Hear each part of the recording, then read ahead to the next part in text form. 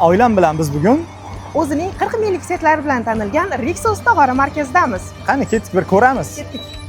Setlari hamyonbopligi va xilma-xilligi bilan boshqa ovqatlanish maskanlaridan ajralib turadigan Rixos tog'ora markaziga kelib, qaysi taomlaringizni tavsiya qilasiz deganimizda bizga qovurilgan baliqdan tatib ko'rishimizni taklif qilishdi.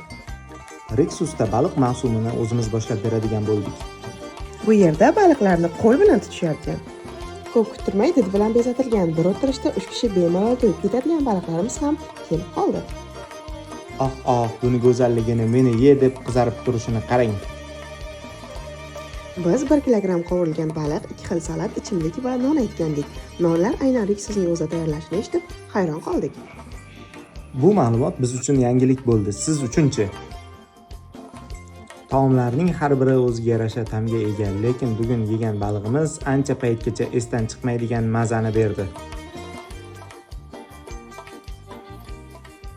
Baliqlar shu darajada tobida pishirilganki, og'zingizga tushishi bilan chaynamasdan turib ta'mini his qilib yuborasiz. Menga o'xshab.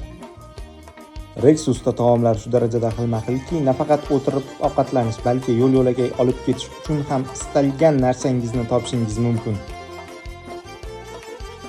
Salqin kunlarda maza qilib yeydigan kalla po'cha taomi esa alohida mavzu.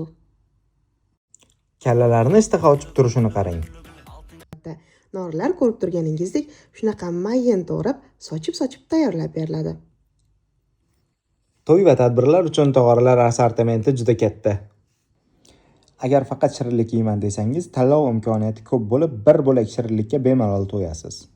Tug'ilgan kun uchun tortlarni ham bemalol shu yerdan xarid qilishingiz mumkin.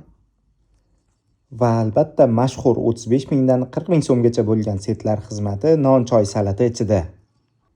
Rixosni Toshkent bo'ylab 3 ta filiali bor. Bular Shahriston, Algoritm va Malikada. Yana ham to'liq lokatsiya Telegram kanalimizda. Biz keldik.